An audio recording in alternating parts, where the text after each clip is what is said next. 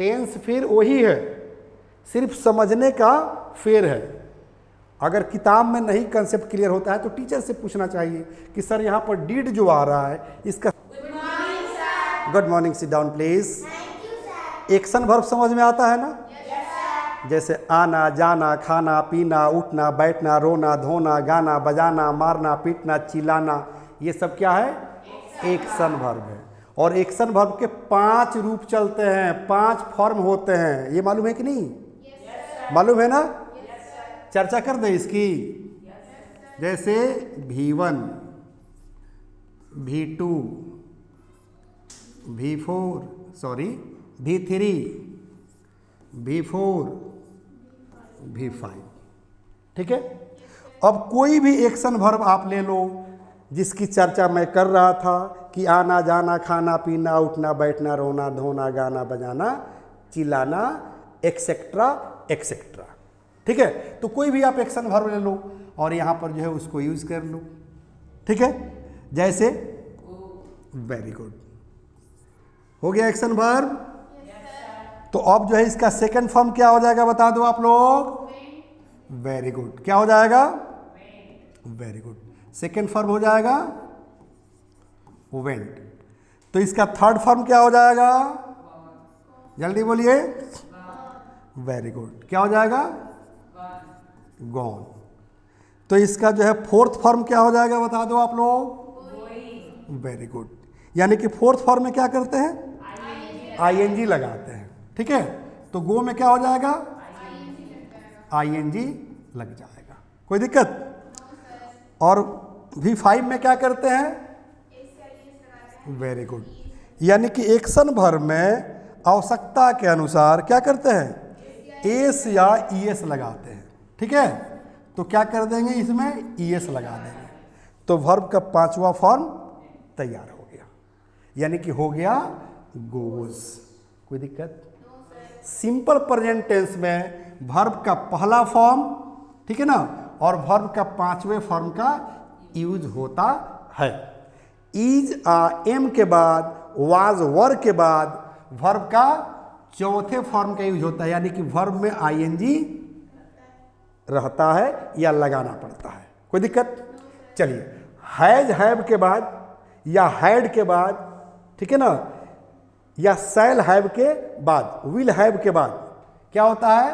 Verb का third form use होता है, यानी कि प्रेजेंट टेंस में हैज हैव के बाद वर्ब का तीसरा फॉर्म, पास्ट टेंस में हैड के बाद वर्ब का तीसरा फॉर्म, और फ्यूचर टेंस में शैल विल के बाद हैव, उसके बाद जो है वर्ब का तीसरा फॉर्म, ठीक है।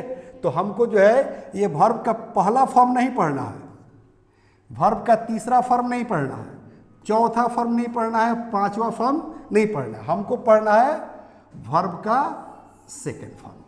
क्या पढ़ना है?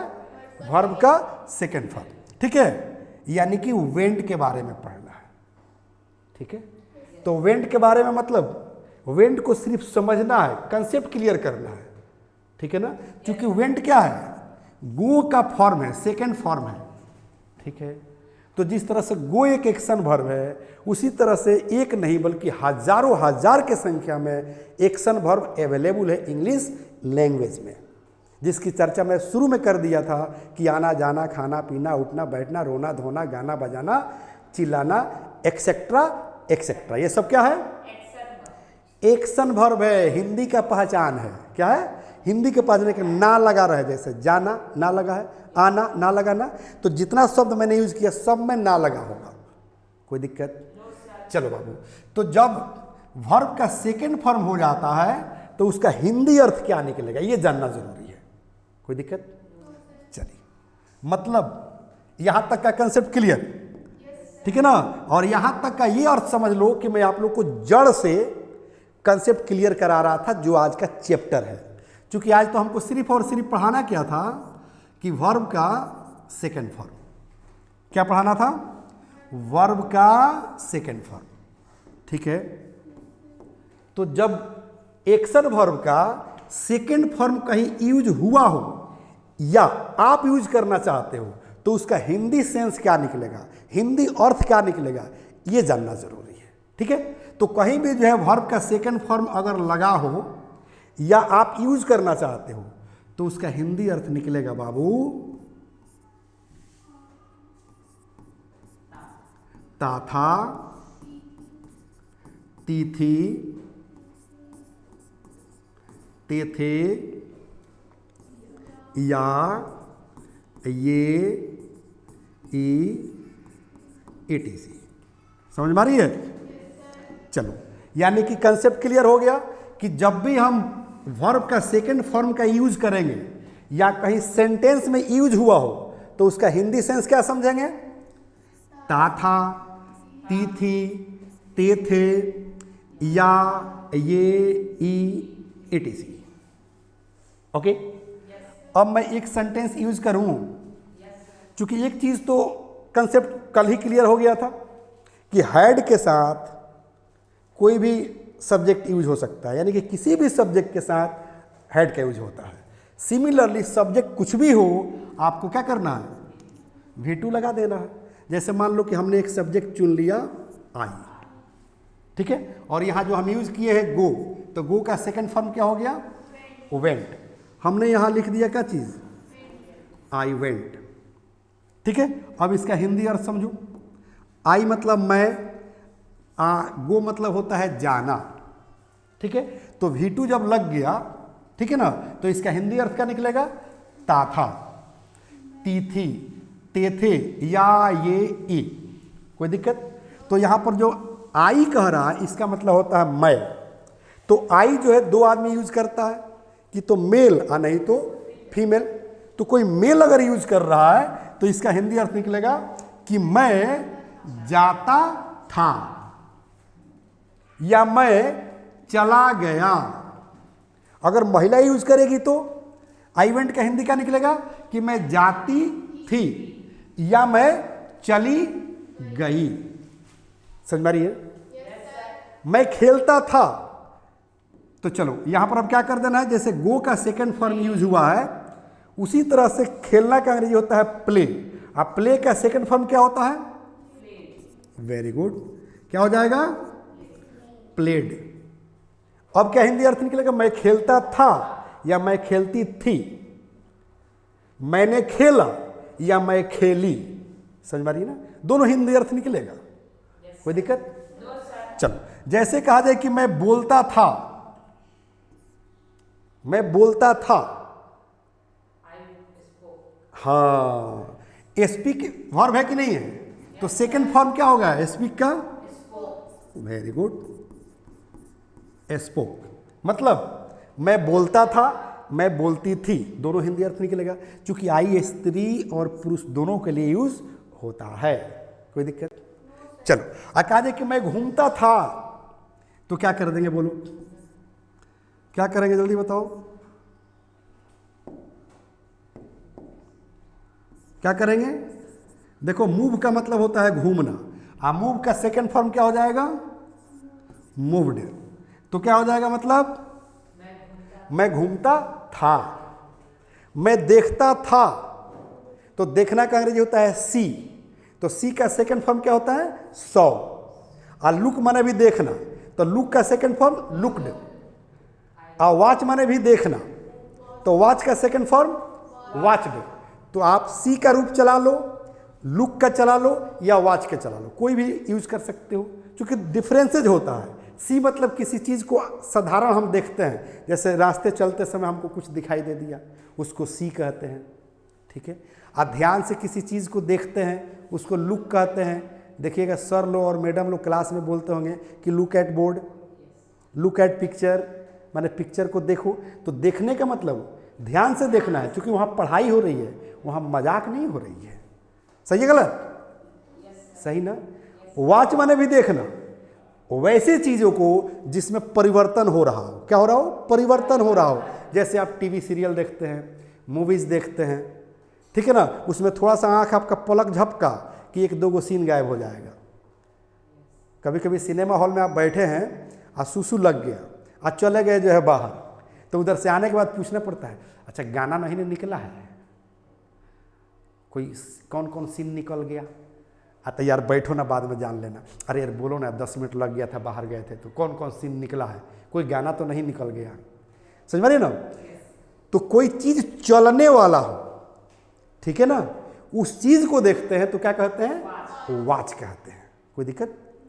तो मैं देखता था, अब किस चीज़ के सेंस में कह रहे हैं आप जानते हैं, ठीक है। तो मान लीजिए आपने कह दिया क्या चीज़, आई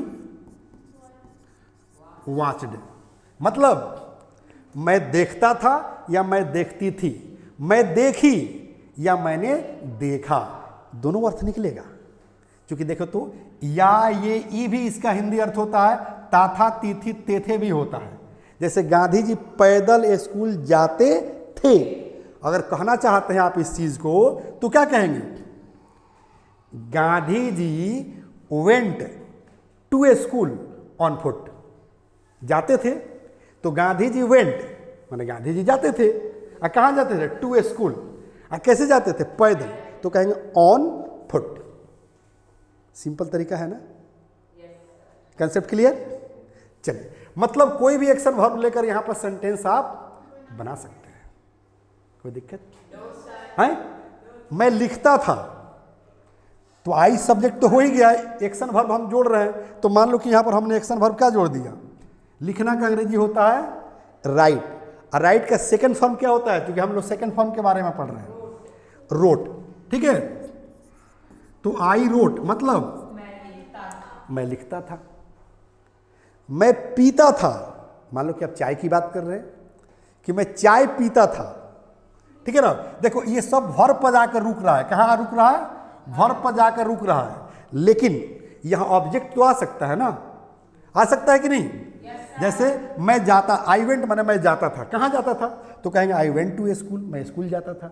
आई वेंट टू पटना, मैं पटना जाता था। आई वेंट टू दिल्ली, मैं दिल्ली जाता था। आई प्लेड क्रिकेट, मैं क्रिकेट खेलता था। आई प्लेड फुटबॉल, मैं फुटबॉल खेलता था। आई प्लेड टेनिस, मैं टेनिस खेलता था। आई प्लेड कबड्डी, मैं कबड्डी खेलता था या खेलती थी, समझ में रही ना। मतलब इसके बाद ऑब्जेक्ट आ सकता है और आएगा ही। अब जैसे कह रहा है कि स्पोक, समझ रहे ना, देखो बाबू स्पोक में ई छूटा हुआ है, ध्यान देना है, ठीक है ना। कहेंगे आई स्पोक इंग्लिश, मैं इंग्लिश बोलता था। आई स्पोक भोजपुरी, मैं भोजपुरी बोलता था। आई स्पोक मराठी, मैं मराठी बोलता था। आई स्पोक चाइनीज, जापानीज, समझ में रही ना। आई स्पोक उर्दू, फारसी, समझ में रही है, मैं फारसी बोलता था, उर्दू बोलता था। हिंदी अर्थ निकल जाएगा कि नहीं निकल जाएगा, क्योंकि सेकेंड फॉर्म जब यूज हो गया तो इतना ही हिंदी उसका निकलेगा, जितना हिंदी मैंने यहाँ लिख दिया है ना, यही सारा हिंदी उसका निकलेगा, कोई दिक्कत। तो कंसेप्ट आपका क्लियर होगा कि इसके बाद ऑब्जेक्ट आ सकता है, ठीक है ना। मैं टहलता था, टहलता था आ गया ना, तो कहे कि आई वॉकड, वॉक का सेकंड फॉर्म हो जाएगा वॉकड, आई वॉकड। या कहीं लिखा हो कि I walked, Gandhi ji walked, तो गांधी जी वॉकड मतलब गांधी जी टहलते थे, ठीक है। अगर कहीं लिखा हो कि गांधी जी टुक टी, टी ऑब्जेक्ट आ गया, तो गांधी जी टुक टी, क्योंकि टेक मतलब होता है लेना, पीना, और टेक का सेकंड फॉर्म क्या हो जाता है, हाँ टुक हो जाता है, क्या हो जाता है, टुक। तो गांधी जी टुक, आइए कर दीजिए टी, गांधी जी टुक टी मतलब गांधी जी चाय पीते थे, ये इसका हिंदी अर्थ निकलेगा, कोई दिक्कत करे कि कहेंगे my grand father fought the election. Fight माने होता है लड़ना, अब फाइट का सेकंड फॉर्म हो गया फॉट, ठीक है। अब फाइट द इलेक्शन का मतलब होता है चुनाव लड़ना, तो माई दादा फॉट द इलेक्शन मतलब मेरे दादाजी चुनाव लड़ते थे या चुनाव लड़े, कोई दिक्कत। तो मतलब आप लोग का कंसेप्ट क्लियर हो गया। यहां ऑब्जेक्ट के तौर पर आ सकते हैं। मैं लिखता था, तो क्या लिखता था, कुछ तो लिखते होंगे ना। जैसे कह दिए कि आई रोट एन एप्लीकेशन, मैं एप्लीकेशन लिखता था। आई रोट स्टोरीज, मैं कहानियां लिखता था। याद रखना, कोई गाना जब लिखते हैं, जैसे पहले से मार्केट में कोई गाना है, उस गाना को लिखेंगे तो राइट कहेंगे। लेकिन अपने से गाना बना कर लिख रहे हैं उसको कंपोज बोलते हैं। क्या बोलते हैं? कंपोज। तो कोई कह दिया कि आई कंपोज्ड भोजपुरी सॉन्ग, मैं भोजपुरी सॉन्ग लिखता था। हाँ, कंपोज्ड क्या होगा? कंपोज्ड। V2 उसका क्या हो जाएगा? कंपोज्ड। लिख दें यहाँ पर, हाँ कंपोज्ड, ये V2 हो गया। क्या है? क्या हो गया? कंपोज्ड। तो कहेंगे I composed Bhojpuri song, English song, Hindi song, Marathi song, Bengali song. समझ में आ रही है ना? सबका कंसेप्ट क्लियर? चलो एक बात बताओ कि जब यहां V2 आ रहा है तो एक सब्जेक्ट है। क्या है? एक सब्जेक्ट है। क्या है? एक सब्जेक्ट यहां पर आई है। अब आई के साथ कोई भी सब्जेक्ट आ सकता है, क्योंकि आई के जगह पर अगर आप वी रख देते हो, बाकी सेम, वी वेंट हम लोग जाते थे, वी प्लेड हम लोग खेलते थे, वी स्पोक हम लोग बोलते थे। यहाँ आप ही भी कर सकते हो, मतलब कोई भी यहाँ पर सब्जेक्ट आप लिख सकते हो। दे भी कर सकते हैं कि they went, they played, they spoke, they moved, they watch, they wrote. कोई दिक्कत? अब जो है डबल सब्जेक्ट का यूज करेंगे। सब्जेक्ट डबल नहीं होगा, एक सब्जेक्ट का काम करेगा, एक ऑब्जेक्ट का काम करेगा। फॉर एग्जाम्पल, जैसे मान लीजिए कि हमने कह दिया कि सी, और इंसल्ट मतलब होता है बेइज्जती करना। इंसल्ट मतलब बेइज्जती करना, फजीहत करना, ठीक है ना? माने इज्जत का फलूदा उतार देना, राइट? तो इंसल्ट मतलब होता है, तो इंसल्ट का सेकंड फॉर्म क्या होता है? वाह, गुड। तो हमने कर दिया कि सी इंसल्टेड, ठीक है ना, मी। चलो अब इसका अर्थ क्या समझोगे बता दो। क्योंकि मैंने बताया था कि सब्जेक्ट तो कुछ भी आ सकता है। आई इंसल्ट एक वर्ब हो गया, और इंसल्टेड क्या हो गया है? ईडी लग गया, मतलब वर्ब का ये सेकंड फॉर्म हो गया। तो सी इंसल्टेड। अब वर्ब का सेकंड फॉर्म आ गया तो क्या हिंदी अर्थ समझेंगे? ताथा, तीथी, तेथे, या, ये, ई, इन अर्थ समझेंगे। तो सी इंसल्टेड मतलब वह बेइज्जती की, या वह बेइज्जती करती थी। और किसकी? मी, मेरी। इसीलिए तो जो हम वहां से भाग आए। हाँ, वह रोज मेरी क्लास में बेइज्जती करती थी। तो कहेंगे सी इंसल्टेड या she daily insulted me in the class. हाँ, समझ में नहीं ना? आप बिफोर माने क्या होता है? के सामने।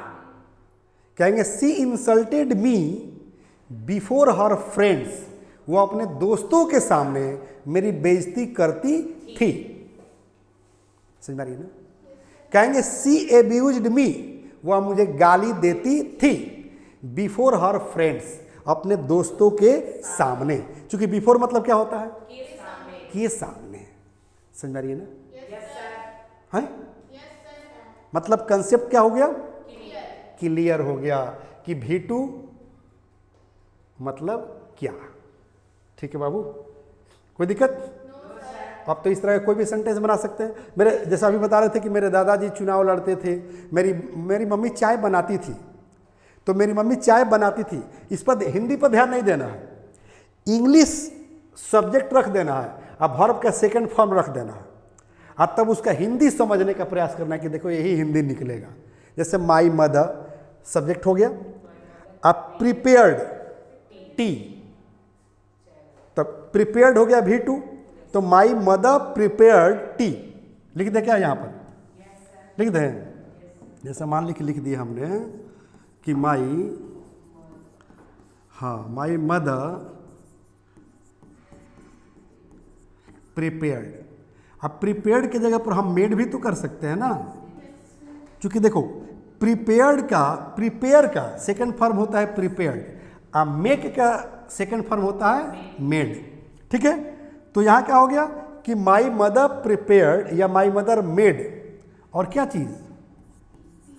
टी कहिए, और नहीं तो हाँ कॉफी बनाती थी तो कॉफी कर दीजिए। ठीक है, अब इसका हिंदी निकालो कि माई मदर प्रिपेयर टी का मतलब क्या हुआ? चाय बनाती थी या चाय बनाई। क्योंकि जब V2 आ गया तो हिंदी अर्थ क्या निकलेगा? ता था ती थी या ये यही ना निकलेगा। तो ये मैं कंसेप्ट क्लियर कराना चाह रहा हूं कि हिंदी के चक्कर में नहीं पड़ना है कि ता थैया ते थैया, ठीक है ना, ता थैया ते थैया के चक्कर में पड़िएगा, कंफ्यूजन में रहिएगा, ठीक है।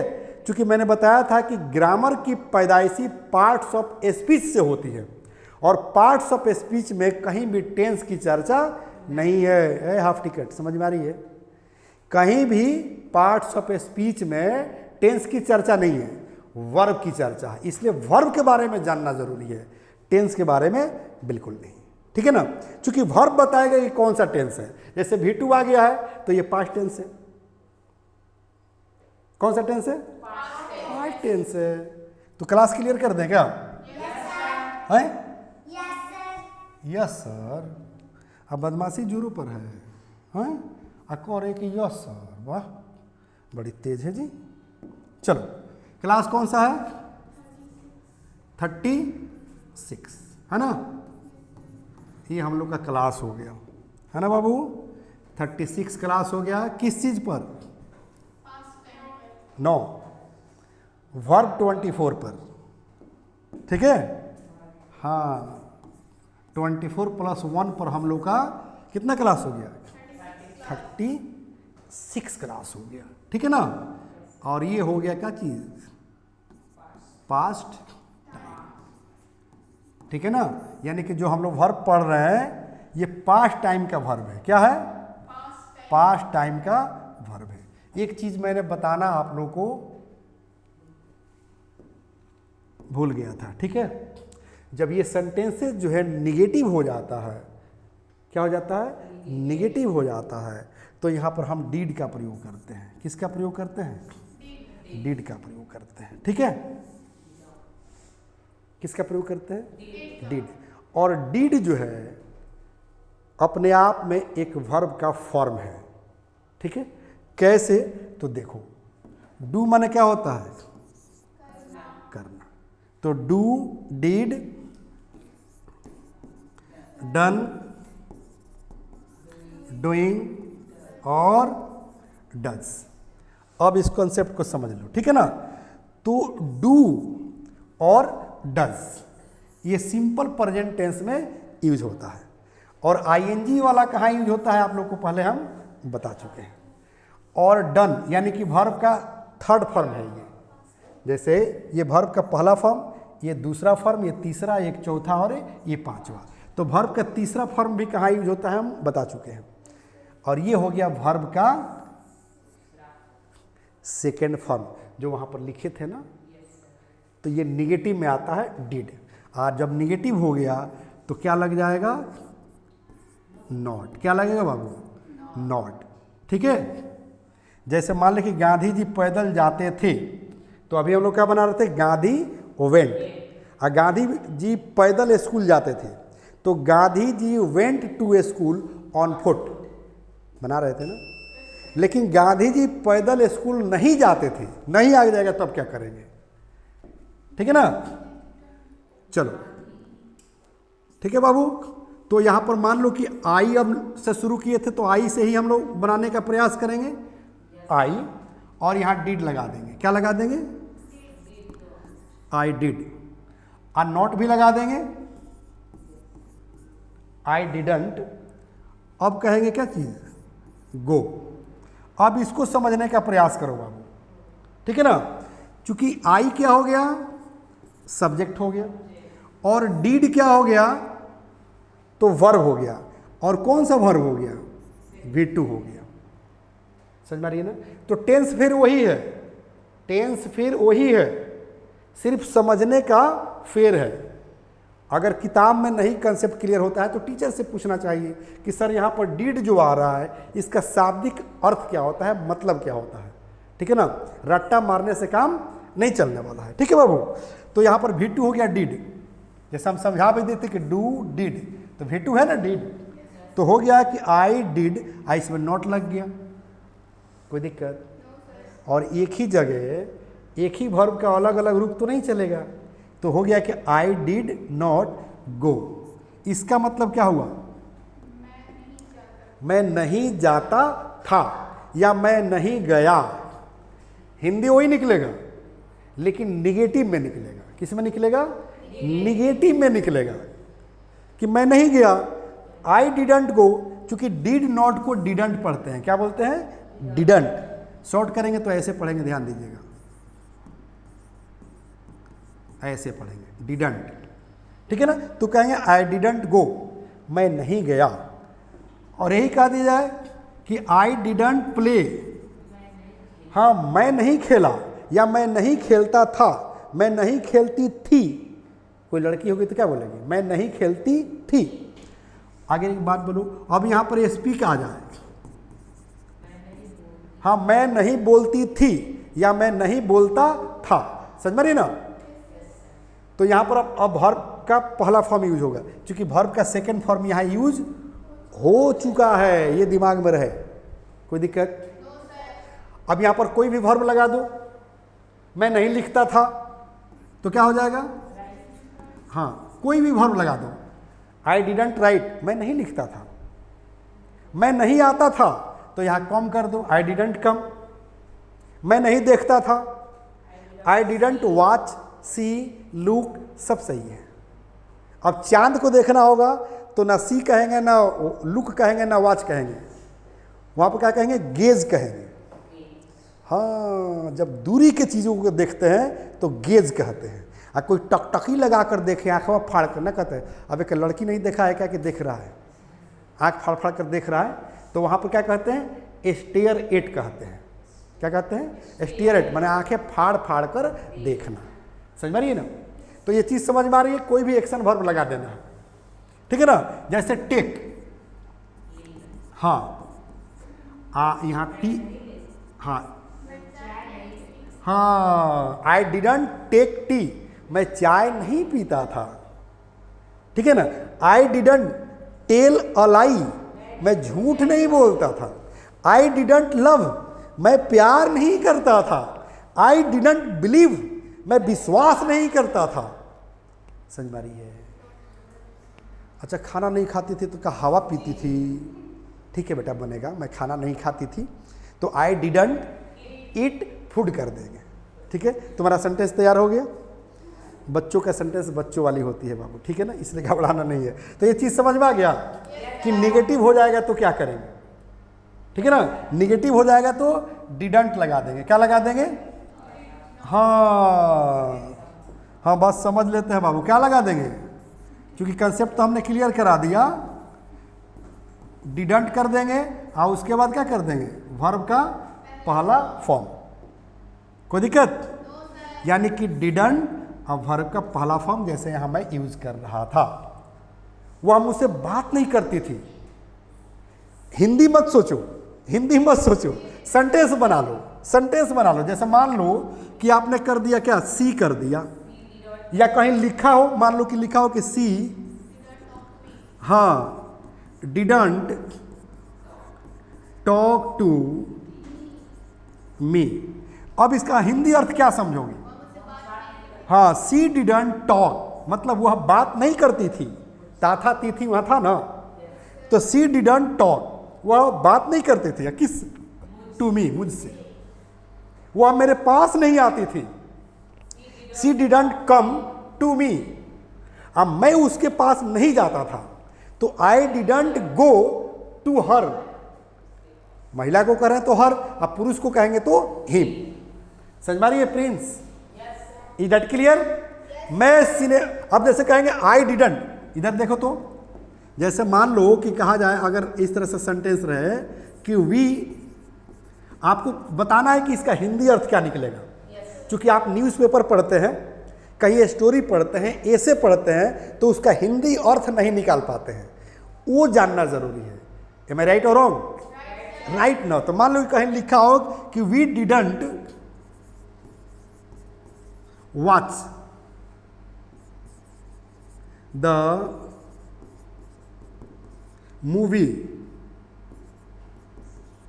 Movie of Salman Khan. हाँ, इसका मतलब क्या है कि हम लोग सलमान खान के पिक्चर नहीं देखते थे या नहीं देखे, अब सलमान खान के जगह पर लिख दीजिए अमिताभ बच्चन। हम लोग अमिताभ बच्चन के फिल्म नहीं देखते थे। सुनील शेट्टी, हम लोग सुनील शेट्टी का फिल्म नहीं देखते थे। यहाँ लिख दो अनिल कपूर, हम लोग अनिल कपूर का फिल्म नहीं देखते थे। अजय देवगन, हम लोग अजय देवगन का फिल्म नहीं देखते थे। ये हिंदी अर्थ निकलेगा ना? हैं? मान लो बेटा, what's your name? Saida, Sidra.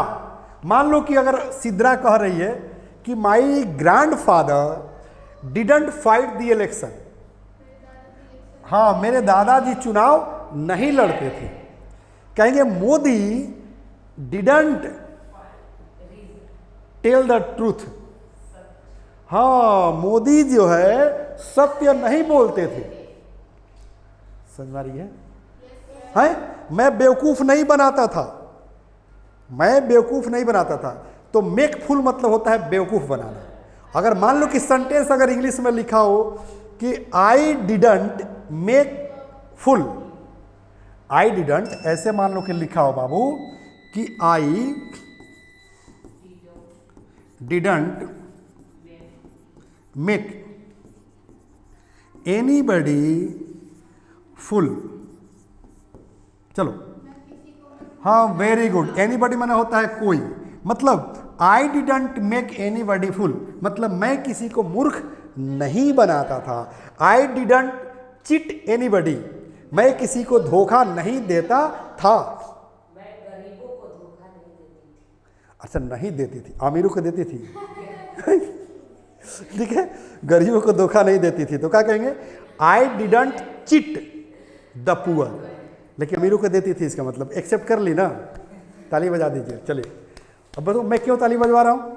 क्योंकि आप सच बोलने का हिम्मत रखते हैं कि दिस इज योर नेचर, कि गरीबों को जो है ठीक है धोखा नहीं देती थी, लेकिन अमीरों को धोखा देती थी। चलो बहरिया, कंसेप्ट क्लियर हो गया? अब आपको पता चल गया ना कि डीड का प्रयोग कहाँ हो रहा है और वर्ब का सेकंड फॉर्म का प्रयोग कहाँ हो रहा है। हम उस दिन चर्चा किए थे, लिस्ट लिखवाए थे कि प्रेजेंट टाइम के वर्ब्स कौन कौन है, पास्ट टाइम के वर्ब्स कौन कौन है, फ्यूचर टाइम्स के वर्ब्स कौन कौन से, और मॉडल्स के वर्ब्स कौन कौन से हैं। और प्रोमिस भी किए थे कि बारी बारी से सबको हम पढ़ाएंगे। कोई दिक्कत? तो अभी पास्ट का वर्ब चल रहा है, फ्यूचर आएगा, फिर मॉडल्स आएगा। देखते हैं कि आप लोग इंग्लिश कैसे नहीं बोलते हैं। एकदम जुबान से भुन भुन भुन भुन भुन भुन भुन भुन निकलेगा, साइकिल के चैन की तरह। कैसे साइकिल के चैन चलता है? कट कट कट कट चलते रहता है ना, उसी तरह से जो है जुबान से इंग्लिश निकलेगा, बशर्ते कि कॉन्सेप्ट समझना है। टेंस के बारे में उलझना नहीं है, ताथैया तेथैया के बारे में नहीं जाना है, वर्ब को समझना है। Okay, any problem? Not any problem. तो हमसे परमानेंट आप लोग कहाँ मिलेंगे आइए देख लेते हैं। बता दूं? ठीक है, English plus by Sanjeev Shivani को सब्सक्राइब करना है, लाइक करना है, शेयर करना है। प्ले स्टोर पर जाते हैं तो इसको डाउनलोड करना है। आपको कोर्स मिलेगा फैमिली पैक, इंग्लिश सीखे, पूरे परिवार के लोगों को इंग्लिश सिखानी है। तब जाकर मेरा मिशन पूरा होगा कि अंग्रेजी सबको सिखाना है, रोजगार सबको दिलाना है, देश का मान बढ़ाना है। यही हमारा नारा है, बस यही हमारा नारा है। ओके, आप लोग मेरी किट पढ़ते हैं ना? तो क्या ऑनलाइन के भैया लोग का अधिकार नहीं है पढ़ने का? वो लोग भी पढ़ेगा ना? तो आप लोग देख लीजिए, यही ना है अंग्रेजी बोलना सीखे। क्या धारा पर्व ABBC spoken plus grammar kit 5 books 0 to hero. पुस्तकें नहीं अंग्रेजी सिखाने का जादू है, सचमुच में जादू है। जो मैं पढ़ा रहा हूँ वो सेम चीज़ आपको किताब में मिलेगी। देखिए तो फैमिली पैक इंग्लिश सीखे, यानी कि किताब भी फैमिली पैक के हिसाब से बनाई गई है, और यहाँ कोर्स जो दिया जा रहा है, पढ़ाया जा रहा है, वो भी फैमिली पैक है ना। सोने पर सुहागा? अब कोई रोक सकता है क्या इंग्लिश बोलने से? रोकेगा? अब तो सब लोग कहेगा कि शब्द के लिए रुके नहीं और भाषा के लिए झुके नहीं, क्योंकि आज हर जरूरत के लिए जरूरी है इंग्लिश। कोई कंफ्यूजन है इस चैप्टर पर? Then let's over the class now. Thank you, have a nice day. जय हिंद, जय Bharat. The first step towards achieving your dreams is having the right coach. Get the best education with English Plus by Sanjeev Sivaneer and make your spoken English dreams come true. Download the app now.